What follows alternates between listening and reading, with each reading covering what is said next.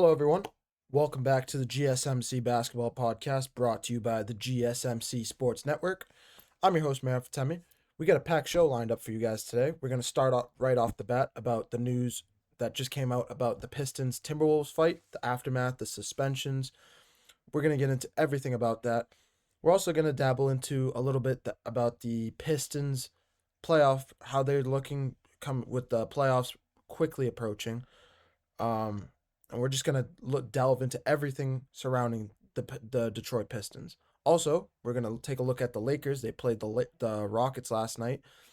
We're going to take a look at how their playoff matchups looking right now, who they might be playing, and how they might finish out the season. The Lakers are a playoff favorite, and it's going to be very interesting to see how they finish out the season. Also, we're going to take a look at the Boston Celtics, the number 2 seed in the Eastern Conference, and one of the best teams, to say the least, in the NBA. Absolute favorite to win the title, and we have to delve into everything about the green and white. Before we get started, of course, I'd like to remind you to please like and follow the show for more content. Also, we get a number of questions from viewers that come in during the show. So to ensure that your question gets read on air, I ask that you use the tips and donations link at gsmcpodcast.net for your question. This puts your question at the top of the list so that I see it, and it also really helps out the show. Again, the link is gsmcpodcast.net for all your questions and comments. Alrighty, to get right into the good stuff here. Just a couple hours ago, Adam Silver and the NBA just released their discipline. They enforced the discipline for the Pistons and Timberwolves scuffle. I wouldn't really call it a fight because it really was not a fight, I'd say. But we're gonna dive into everything surrounding this fight that happened the other night. And can the Pistons make a deep playoff run? That is the question that everybody's asking. So first off, it was Isaiah Stewart for the Pistons to start off the bat. Isaiah Stewart was given a 2-game suspension. Ron Holland was given a 1-game suspension, and Marcus Sasser was given a 1-game suspension.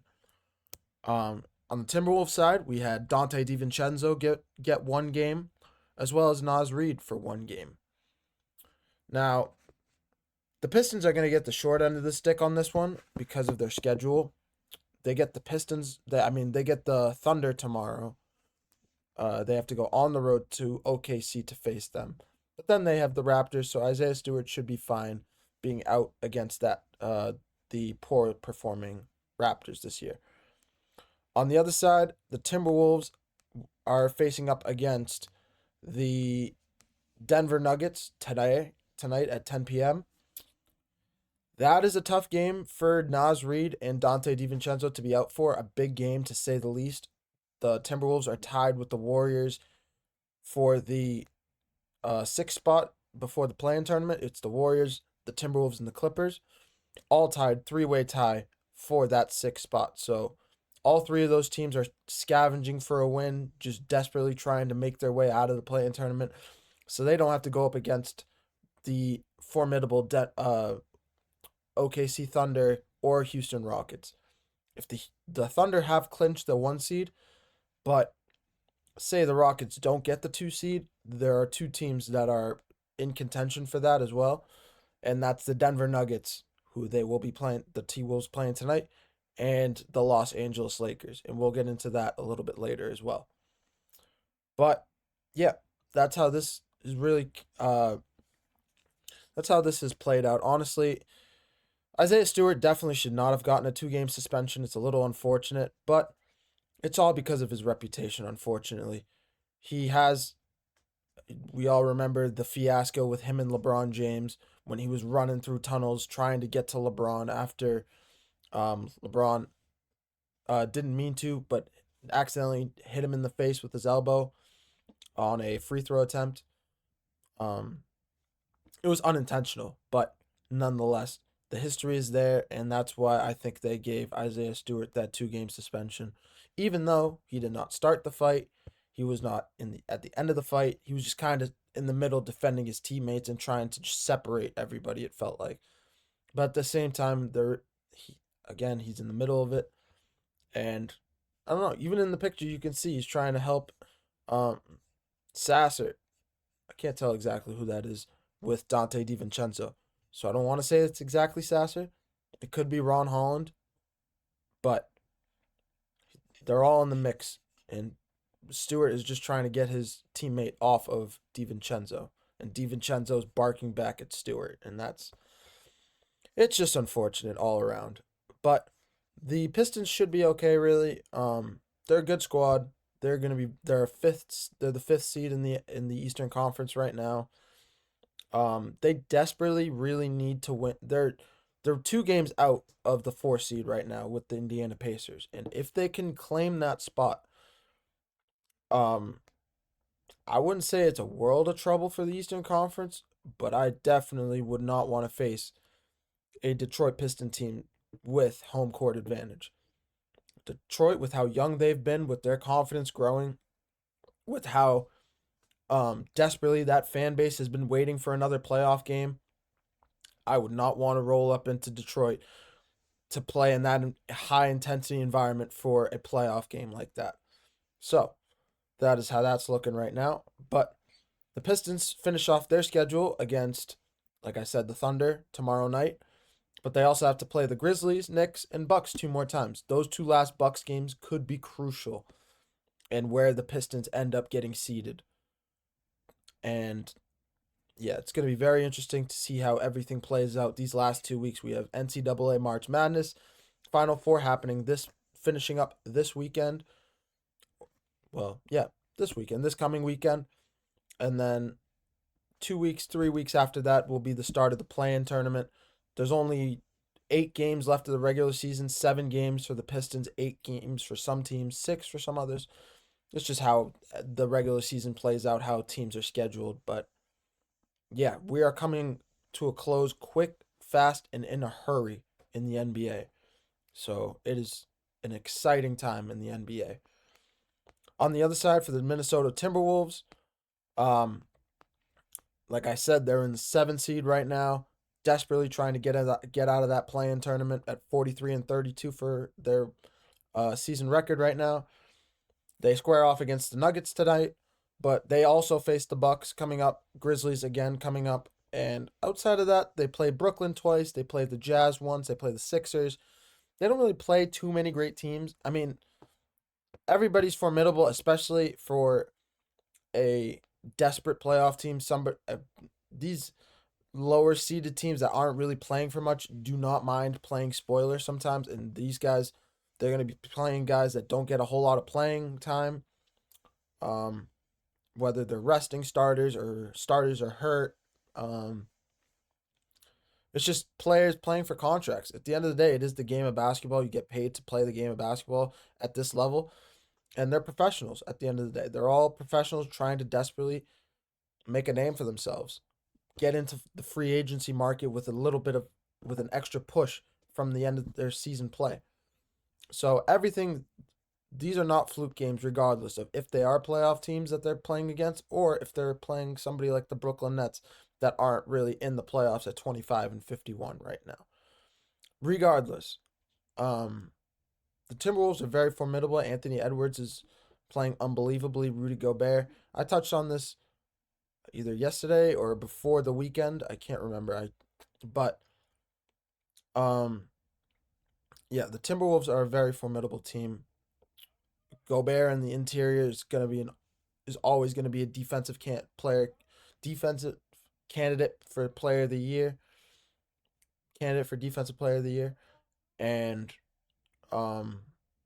yeah, him and Anthony Edwards and Julius Randle are finally starting to figure out their cohesiveness.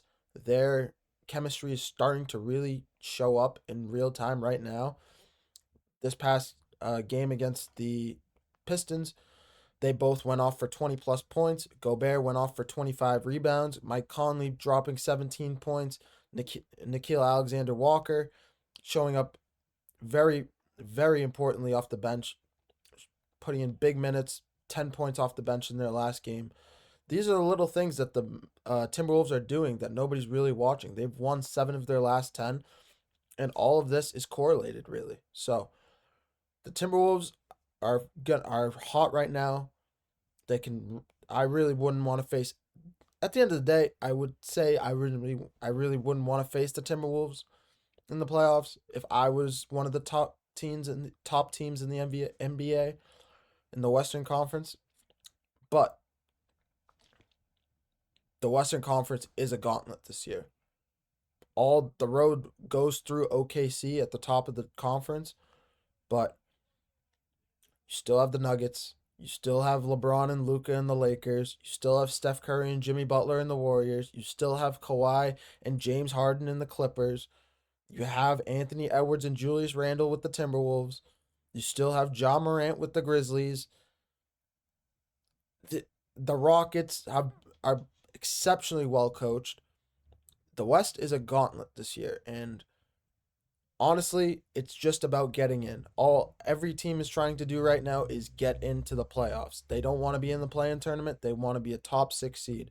That's why those 6 through 8 seeds are so crucial. Not just because of who they might be playing in the next round, but because they just want to get into the playoffs. They don't want to see the play-in tournament because anything can happen in a game. Injuries, bad shooting days, anything can happen. So that is my analysis of these Timberwolves and Pistons. Both teams pretty similar, really. Young, scruffy teams. Both from franchises that don't really have a lot of past success. The Timberwolves have recently played well with Anthony Edwards in their era, but Timberwolves also just traded their second best player in Karl Anthony Towns this past offseason, so that's why they're kind of just like one of those teams that, how are they going to do? We didn't really know how they're going to be, and they're kind of firing themselves up right now. And then the Pistons, of course, haven't really been good, haven't been exceptionally good since the Bad Boy Pistons era. That's why we are calling this Pistons team kind of Bad Boy Piston-esque. And yeah, other than the Andre Drummond era, this team has not had a whole lot of success. So that's why there's so much going on. There are so many moving gears. But segueing into the next segment, I'm gonna take a short break, but we're gonna talk about the Lakers, the Rockets, how their game matched up last night. They had a crucial game in terms of playoff seeding last night, and we're gonna dive into both of their seasons so far and how they've looked. So I'm gonna take a short break, and we'll be right back to cover all that. I feel like I'm losing my mind. Is everybody in the world blind? Please, Lord, give me a sign, a sign. I feel like I'm losing my mind. Is everybody in the world blind? Please, Lord, give me a sign, a sign. I wanna be the greatest. Everybody on the fake shit. I look around and feel like everybody is the fakest. I make this every day and I'm impatient, hoping one day I blow up from the basement. Statement, the top is so vacant. I don't hear shit that I think is amazing. Waiting for my day when I'm playing sold out shows for 1,000 faces. Hey, give me that crown, get in my way and to be put down. It ain't your place, all this my town. If I want that shit, then I'll get it right now. I'm losing it, the noose it fits. I'm losing shit, a stupid myth. You choose to live or choose to dip. You choose to fight or lose your grip and lose a gift. I feel like I'm losing my mind. Is everybody in the world blind? Please, Lord, give me a sign, a sign. I feel like I'm losing my mind. Is everybody in the world blind?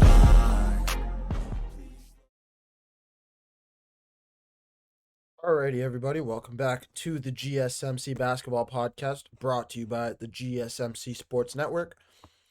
In this first segment, we talked about the Detroit Pistons and the Minnesota Timberwolves, their fight, all the suspensions, everything related, and how they might be looking up with the playoffs right on the horizon in the next couple weeks. But in this segment right now, we're going to talk about the Lakers and Rockets. This was my original starting topic, but with those suspensions being released at noon today, noon Eastern time. They took priority, and obviously we need to dive into that first. But now, getting into the Lakers. Before we get into that, I want to remind you that I want to remind you to please like and subscribe for more GSMC content. Also, we get a number of questions from viewers that come in during the show. So to ensure that your question gets read on air, I ask that you use the tips and donations link at gsmcpodcast.net for your questions. This puts your question at the top of the list so that I see it, and it also really helps the show. Again, the link is gsmcpodcast.net for all your questions and comments. Alrighty. But getting right into it for the second segment, the Lakers' road to the playoffs. Everything you need to know about the Los Angeles Lakers, LeBron James, Luka Doncic, everything you need to know about their latest game, crucial game against the Houston Rockets last night. The Houston Rockets right now are the number 2 seed, only 2.5 games up on the Los Angeles Lakers. Now, the Lakers are at the 4. The Nuggets are over them right now, but only 2.5 games separating the two teams right now.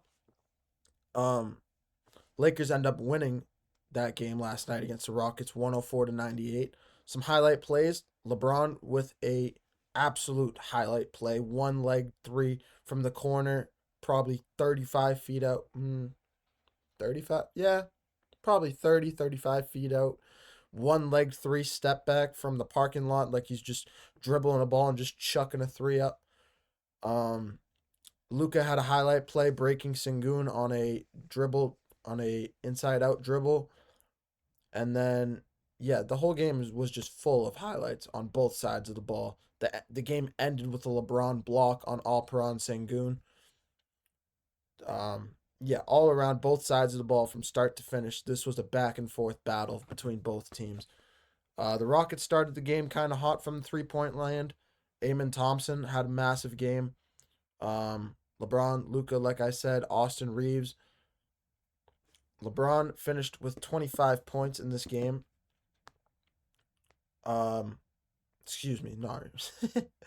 Luka finished with 20 points. Dorian Finney-Smith finished with 20 points. Vincent finished with 20 points. LeBron with 16 and Austin Reeves with 12. And on the other side, we had Amen Thompson with 20. Dylan Brooks with 16. Jabari Smith with 15 and 11 rebounds. And then Alperon Sengun with 14 points, 7 boards, and 6 assists. We'll get to the Rockets, but first, the Lakers obviously have been a hype team ever since the Luka trade happened. They're still a great team. They've had some nicks in the road, so a little bit of a rough ride these last 10 games. But over the last couple of games, LeBron's shooting has kind of fixed itself. I think it's probably because LeBron had that groin injury against the Celtics a couple of weeks back, and he just needed like a week and a half to kind of just reset and get his shot back. That's kind of what happens with injuries. The last thing that comes back to you after you're injured is your shot as a basketball player.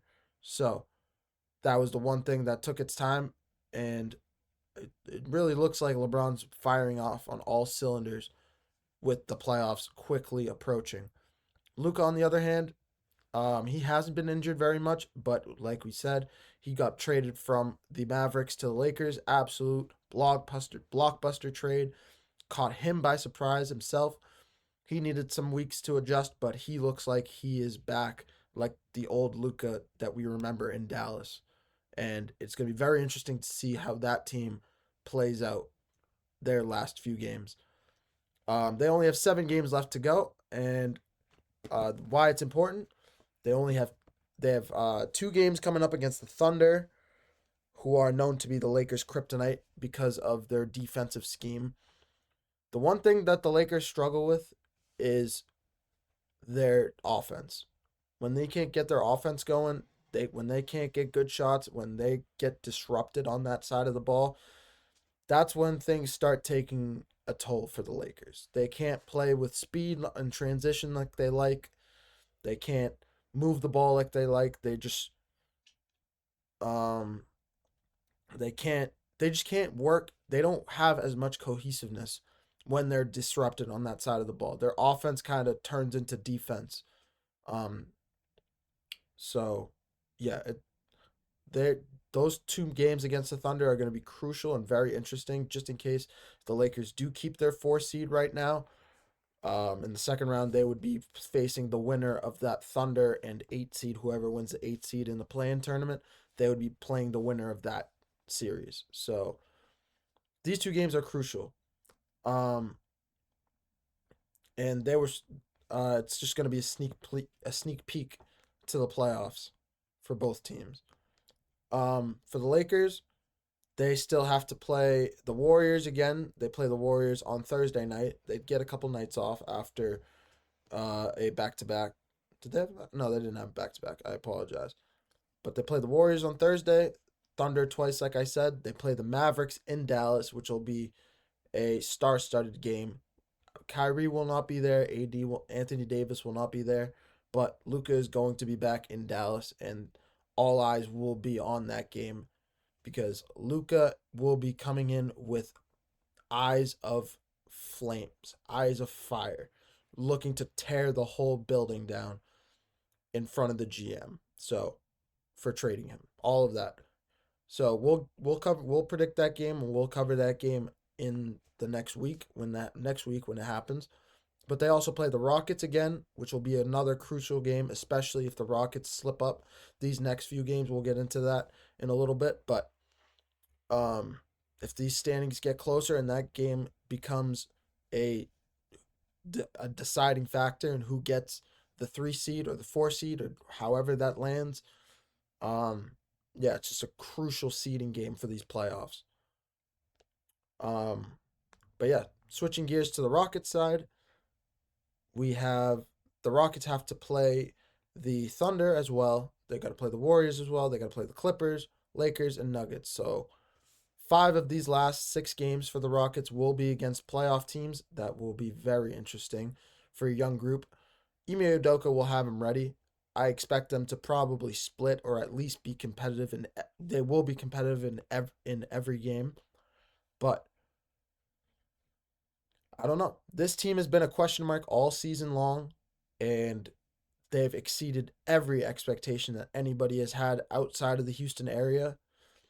And it's just going to be really interesting to see how these last 2 weeks play out for this team, because they control their own destiny.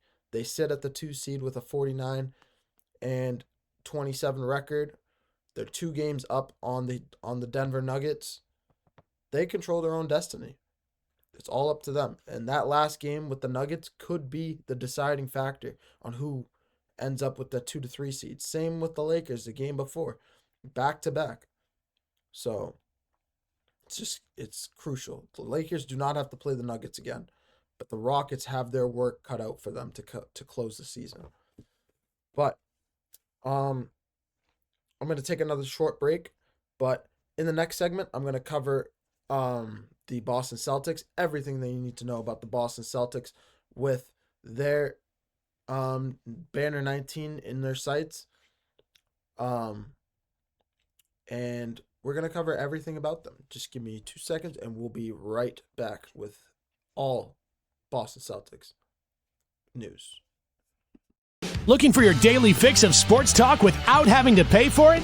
GSMC Sports Network is available on YouTube. Just search GSMC Sports Network.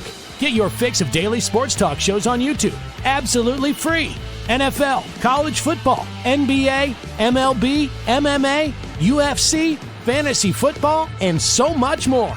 GSMC Sports Network has shows running all day long, with new sports shows starting every 2 hours. Just like on your favorite cable sports channel, except GSMC Sports Network is absolutely free. Just search GSMC Sports Network on YouTube to catch one of your new favorite shows, like the GSMC College Football Podcast, Chip Shot Football Podcast, Hoops and Heels Women's Sports Podcast, GSMC Basketball Podcast, and so many more. Check it out for yourself. GSMC Sports Network, now available on YouTube absolutely free. Search GSMC Sports Network on YouTube right now.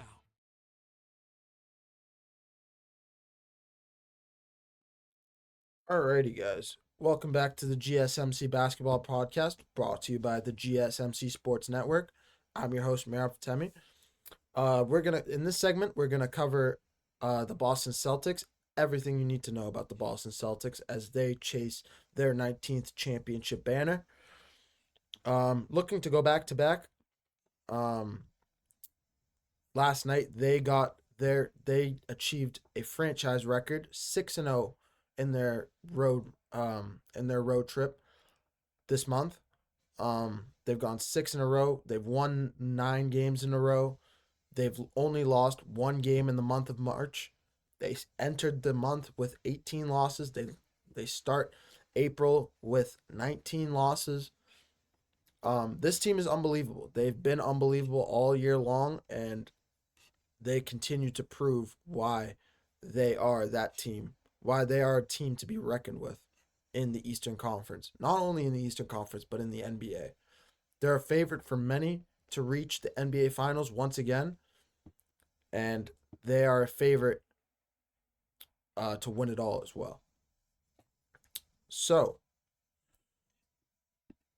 yeah. They took down the Grizzlies last night, 117-103. The Grizzlies really started the game really hot. They took the lead early on in the first quarter. Moving into the second, the Celtics really just struggled to get the 3-point shot going. But in the second quarter, they really started to get their shot going. The ball was just starting to get into the net. Just how for a team that shoots 50 to 63 pointers a game, which is a record high. Sometimes it just doesn't land early on, and you just reach cold patches. That's just how this team has been, how they've operated, and their ideology all season long. But, yeah, after the second quarter, the Celtics closed the second quarter with the lead going into halftime. And from that point on in the second half, it was really just a combination of Memphis Grizzlies runs, 8-0 runs, 10-0 runs, 12-0 runs, just trying to chip away at the Celtics lead, and then immediately firing back with a Porzingis dunk, a Jason Tatum fadeaway shot from the top of the key, a 3-pointer by Derek White. Derek White reached the Boston Celtics franchise record for most 3-pointers in a single season. And finished with 14 points and 10 assists. And Jason Tatum finished with 24 points and 15 assists. 5 Celtics hit double-digit points last night as well. And the player of the game, I'd say, for the Celtics was none other than 38-year-old Al Horford. Al Horford, in a quote from Coach Mazzulla pregame, Al Horford is just simply the glue. We have a lot of good players on this team, a lot of great players, but Al Horford is the glue down the stretch. For a 38-year-old to be getting commended like that, not named LeBron James, like who else is being commended in that fashion at that age? Steph Curry, but Steph Curry isn't 38 years old yet. I think he's about 35, 36, so I guess he's close. But yeah, Al Horford is the veteran on this team. He's the leader in the locker room, and he's the voice of the squad. When things get tough, they always look to him. And he's really just been an anchor of the defense all season long, especially when they run Porzingis at the 5 with Horford at the 4 spot. Excuse me. But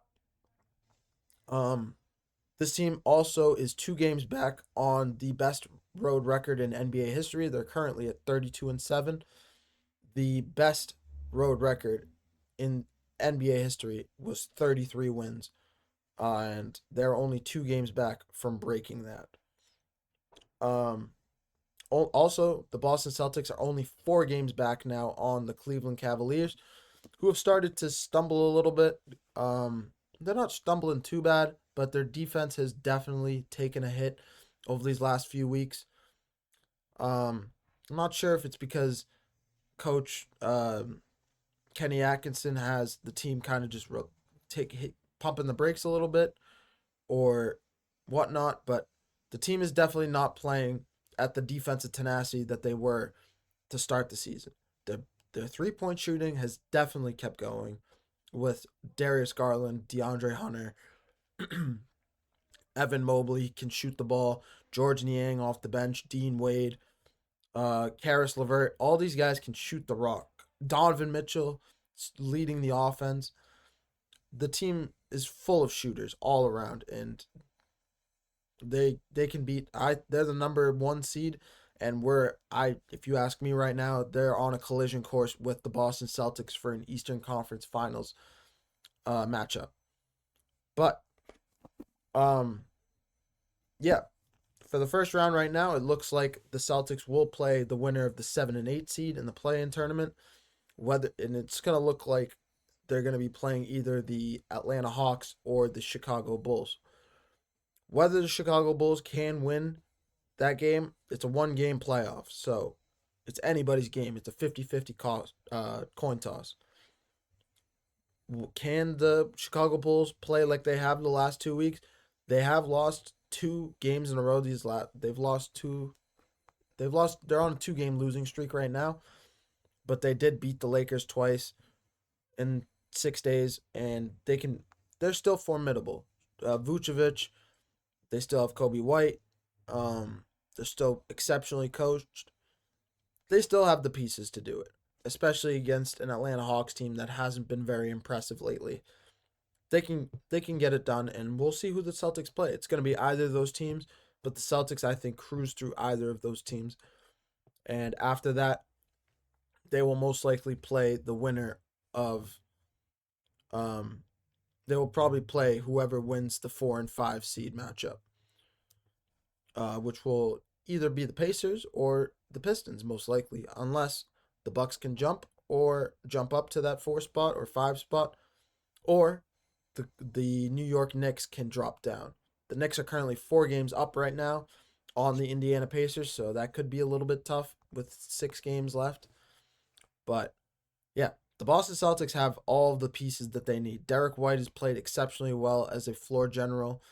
Al Horford, like Joe Mazzulla said, is playing out of his mind, the glue of the team. And you have Jason Tatum, who's obviously a future Hall of Famer, most likely, already has a title, has multiple All-Star appearances, has multiple All-Pros, with Jaylen Brown, who's played unbelievably all season long. Porzingis has not been healthy all year, and that has been the one thing that has been scaring everybody in the league, because the Celtics have won 50 games already, and that's without Porzingis in the lineup from 2/3 of those at least. So, yeah, the Boston Celtics control their own destiny along with Joe Mazzulla. And the one thing that is a question mark for this team is their bench. Their bench is not very deep. They have Pritchard coming off the bench, who is a 6th Man of the Year candidate. They have Sam Hauser, but after that, it's very thin. You have Neemias Queta behind Porzingis at the 5. You have at the center position. You have Brad Shireman. It's just after that, it's even thinner. So the bench is very thin compared to a Cleveland Cavaliers with LeVert, Dean Wade. I'm blanking on names, excuse me. But in general, in terms of the NBA, they're very deep. They're a shallower bench, and they count on their starters way more than the average team would in the NBA right now. But yeah, I believe this team will probably make it to the NBA Finals. If you ask me right now, I think they take out whoever meets them in the first round. They sweep them. Second round is probably a 4-1 gentleman's sweep. And then it's all about the Cleveland Cavaliers in the Eastern Conference Finals. How they match up with them? Well, the Cleveland Cavaliers are a great team. They have probably a top 3, I'd say, starting lineup in the NBA with Garland, Donovan Mitchell, DeAndre Hunter, Evan Mobley, and Jared Allen. 2 centers who can get double-digit rebounds whenever they want. A offensive guard who can do whatever he wants, whenever he wants. Darius Garland, who's a bona fide number 2 as a shooter, as a ball handler. And then DeAndre Hunter, who's a spot-up shooter and a very good wing defender. But it's the question of how the Boston Celtics also match up with them. Drew Holiday as an all-star, all-pro. He's won a Defensive Player of the Year before. You have Jason Tatum, who's an outstanding wing defender, with Jaylen Brown the same way, outstanding wing defender. Derek White, who's very Marcus Smart-esque, not as much on the defensive end, but as a floor general and being able to guard the point guard position and play very scrappy, he's just a hustler is the only way to describe him, really. Porzingis, who can anchor the defense with his height, just stand like Victor Wembanyama stands like a tree among this team can beat anybody. And I really do think they can win it all. If all things go well, if they can knock off the Cavs in the Eastern Conference Finals, they can get it done. And I believe they will. But with that being said, I'd like to thank you guys once again for being here. Thank you for tuning in to the GSMC Basketball Podcast, presented by the GSMC Sports Network. Your support means a lot to us, so please remember to subscribe to the show and leave a positive review. It really does make a difference. Truly, it makes a difference. We also invite you to follow us on Facebook, Twitter, TikTok, and Instagram for more content and updates. Thank you once again, and have a wonderful rest of your day. This is Meryl Fatemi, the host of the GSMC Basketball Podcast, signing off. Bye-bye for now, and see you guys tomorrow for more content.